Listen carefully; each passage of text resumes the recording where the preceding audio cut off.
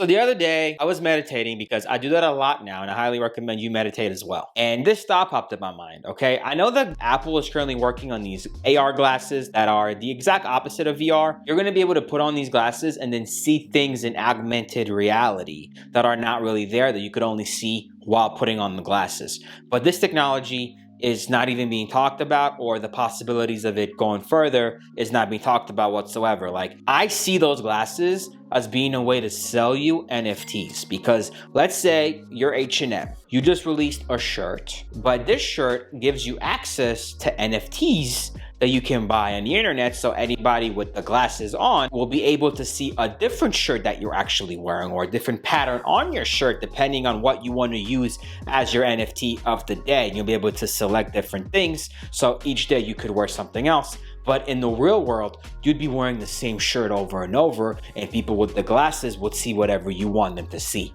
I hope I'm making sense. Okay, so one shirt can actually be 10 different shirts, because they'll be able to sell you the physical copy of the shirt and also an augmented reality version that's also an NFT that you can maybe sell in the future. And unless they don't got the glasses on, they won't be able to see the NFT shirt that you're wearing. So glasses on, you might be wearing a blue shirt, but glasses off, the shirt is white. That'd be the best way that I can describe what I think this technology would be used for. Maybe that's never gonna happen. Maybe that's just me being creative. So I was like, damn, I wonder how people in like the 1960s and the 1970s thought the future was gonna be like. Like, were they making the same exact predictions that I'm making right now based on current technology? No duh, they did. So I found out that there's this movie called 1999, where people of the past took a wild guess on how the future's gonna be like. And it starts with the mom and her kid at the beach making a sandcastle, and she asks him, "What are you building?" And he goes, "Oh, you know, just our living quarters," which is how they pronounce the home of the future. Their living quarters. And then it zooms out, and in the sand you see the year is 1999. And it starts with informing you that in the future, everybody becomes a scientist and everybody has the same job. We're all trying to reach Mars. Michael Shaw, 45, husband, father, is an astrophysicist. Several days each week, he commutes to a distant laboratory where he's engaged in the Mars One project, the colonization of the first planet. So these people had high expectations for all of us, okay? Because in the future, we're all going to be astrophysicists, and we're all going to be working at a lab that's a little bit of a distance away. His minor in the some 10 years he attended a Midwestern university was botany. It is one of his many continuing hobbies. He is engrossed on this sunny morning in the study of the cellular structure of a new exotic fruit tree. Hopefully, his experiments will produce a giant peach with a thick protective skin much like that of a tangerine. So the people of the past thought that the people of the future would be holding GMO experiments in their own home for fun. Instead of regular good old gardening, we'll have gardening 2.0, where you're trying to create brand new fruits. You know, just playing God. This is one of the many 21st century devices or appliances that are part of the everyday life of the Shaw family. This workbench with its electronic screen enables Michael to call up photographic sections of the two parent fruit trees from which he began his experiments 3 years ago.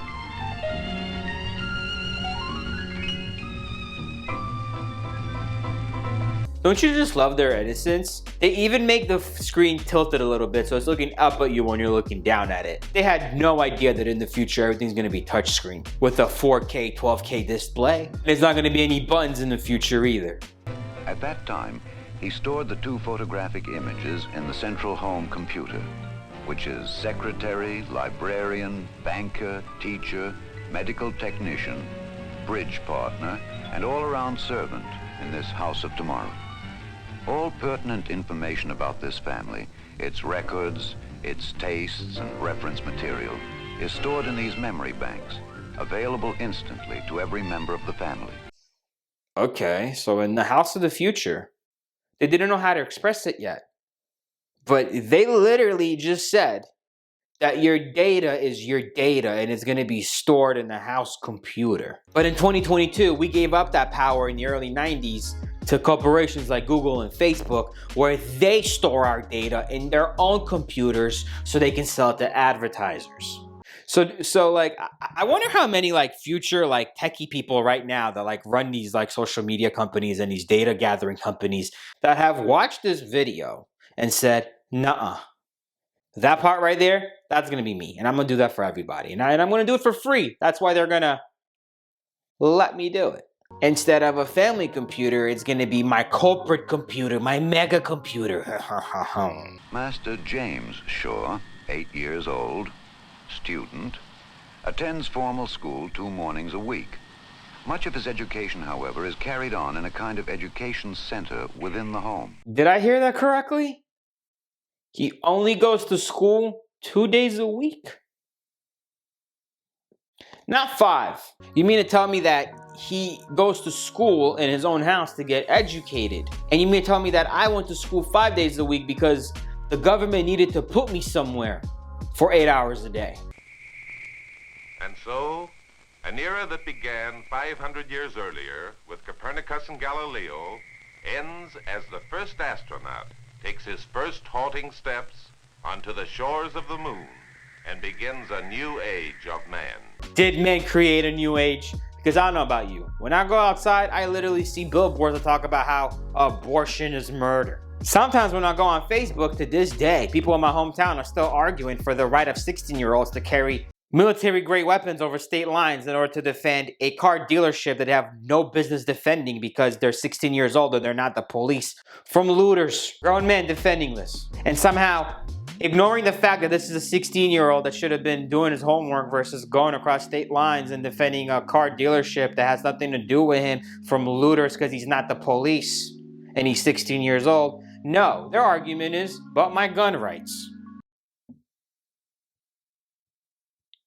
What do your gun... Grown men arguing this. I'm not even going to start because I'm just going to piss myself off. His assignments are programmed into the home computer and fed into teaching machines, which allow him to progress as rapidly as his awakening mind can absorb the audio-visual lessons.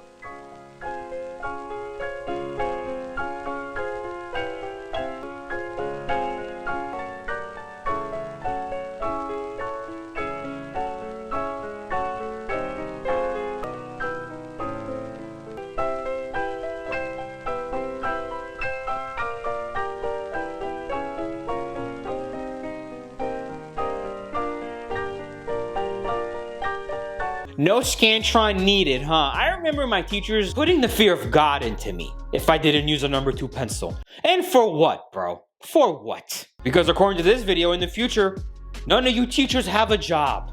Y'all scared the children so much, none of y'all got a job. Because in the future, children are going to be replaced by Siri, who will then start collecting your data at a very young age in order to know what you need to improve on in order to buy an iPhone.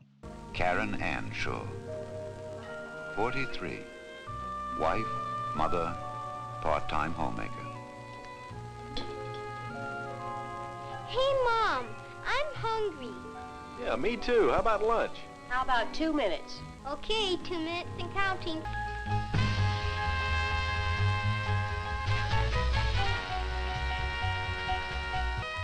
Mike, how about chicken salad?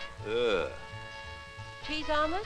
Cheeseburger, some French fries, and a nice cold bottle of beer. I'll see. What a man's man. Even in the future, men are all like, hell yeah. I don't want none of that healthy food.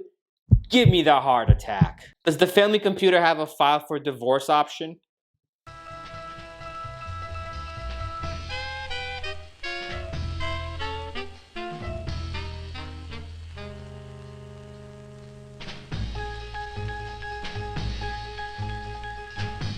Mike, cold roast beef? Okay, be right there.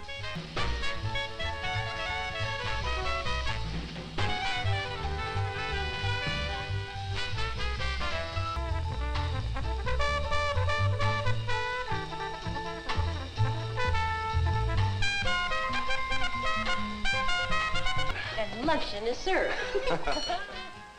Split-second lunches, color-keyed disposable dishes, all part of the instant society of tomorrow. A society rich in leisure and taken for granted comforts. I mean, is this really that bad? This will eventually be a thing, you know? Apple is working on this, and they're using the iWatch as like how they're gonna do it. And I'm sure Samsung is working on the same exact thing, and you got Google advertising the Google Pixel to me every 3 seconds. I'm fed up, Google. I'm never buying that phone. Stop advertising it to me. But I'm sure they're working on their own version as well. And we already got products like HelloFresh and Blue Apron that maybe in the future every house will just come with an industrial grade air fryer that you can just heat up this food with, and voila, you too can be a chef. That'd be pretty dope if they can figure this out. The house of 1999 will be virtually maintenance-free. A central atmospheric system will maintain constant year-round temperatures and control humidity, bacteria, pollen, and dust. Fingertip shopping will be one of the many homemakers' conveniences. This video console will be channeled into the store of her choice. There, a camera will scan a display of wares, which she will select by push button. Before it was called internet shopping, it was called fingertip shopping. That's cute. What the wife selects on her console will be paid for by the husband at his counterpart console. All bills and transactions will be carried out electronically. I see why they canceled the future now. A woman asking a man for permission? Gasp. A central bank computer will debit the family's account the amount of purchases and credit the department store, for example, informing the family's home computer at the same time. Father, at the touch of a button, receives an instantaneous printed copy of his budget, the amount of taxes he owes, the payments left on the car, and so forth. All documents and household records are available on the video screen for immediate reference. By the way, they just explained how Bitcoin works. Literally, that's Bitcoin. Seems to me like we understood the need for something like Bitcoin, we just couldn't articulate it yet. So for those of you that don't know, Bitcoin is just about keeping track about who owes who what and who paid who what. And it balances because there's a limit. There's a finite limit of how much can be out in the world. So Bitcoin is a balancing checkbook for the planet. Exactly like how they just described. Also at his disposal is an electronic correspondence machine, or home post office, which allows for instant written communication between individuals anywhere in the world. AKA email. It will be as wide as the ocean, which provide not only recreation for the adventurous, but an increasing variety of hydra-cultured exotic fresh foodstuffs. And tomorrow will be as happy as music. Hydro pumps fresh foodstuffs. They couldn't articulate anything back then, could they? Because I don't even know what they even meant by that. You'll have more time for activities and fresh foodstuffs. Okay. As part of his everyday regime, Michael Shaw enters this home health center. He lies for perhaps 15 seconds on a kind of medical couch. His weight, temperature, pulse, respiration, blood pressure, and electrocardiogram are routinely recorded. At the same time, his body is scanned for any isolated temperature pockets that signal oncoming disease or a localized infection. At the end of the examination period, the computer calculates the amount of exercise necessary to balance Mike's food intake and maintain proper muscle tone. Exercise requirements: 8.5 minutes bicycle, 6 minutes programmed calisthenics. Oh, that's ridiculous. This thing can make a mistake, you know.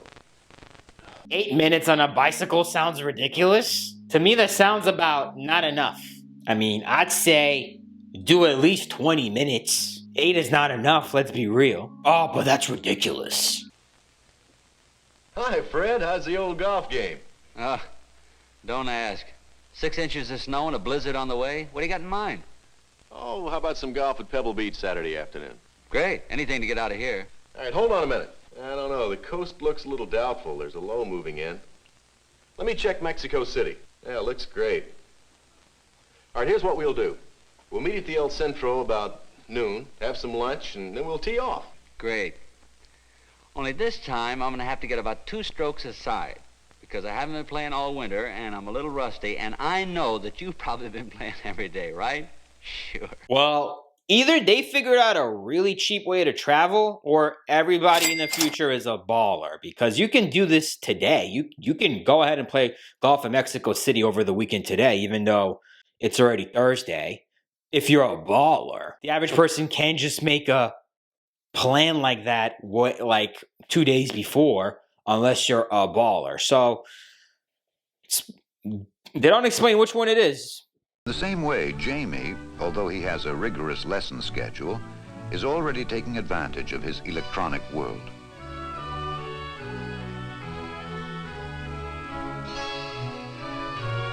Yeah, because in the future, kids will want to play chess on Xbox Live, not Fortnite. Who's your worthy opponent? Dad, Oh. I'm replaying that game we had Sunday. He's a little loose with his queen, and I want to see if I can work that trap that Bobby Fischer used in the World Games. Your dad will be home soon. Why don't you wait and play him live? Okay. You're playing your dad's ghost? Kid, if you ever win, that means your dad is a dumbass. Your dad's an astrophysicist. There's no possible way you can win this, kid. It's rigged. And how was your flight? Oh, it was a little rough. We finally got clearance from Denver and it cost you 25,000 feet. How are things in Paris, Pete? Family settled down okay? Yeah, Marge loves it, and the kids are parley-booing like natives. What about Vicky in med school? Well, you know, she likes to keep busy. You know, I happened to catch a live performance of a very sensational new singer from Puerto Rico the other night. Would you like to see him? Love to, yeah. Hey, everybody. Recorded a great new singer down San Juan way the other night. Would you like to see him? Oh, sure. Share it with you. Hace mucho tiempo que no le veo.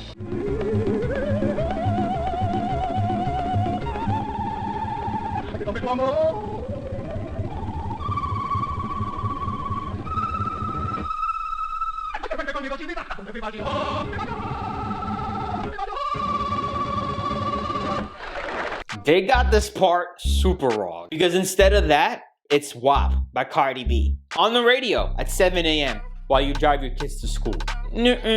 That's a what? Your little 7-year-old son in the background just thinking about the day that he's about to have. Meanwhile, those lyrics are just, yeah, 7 a.m. going to school. WAP, WAP, WAP. Mike, would you make me a dupe of that? I'd like to show it to some friends of ours who spend a lot of time down there. Sure, well, I guess you want it in 3D. Huh? Yeah, we finally made the switch. You got to keep up with the times, you know. Yeah, but, But what? well, there's a 3D and 4D, you know.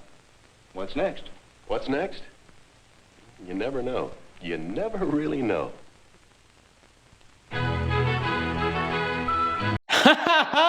You never know.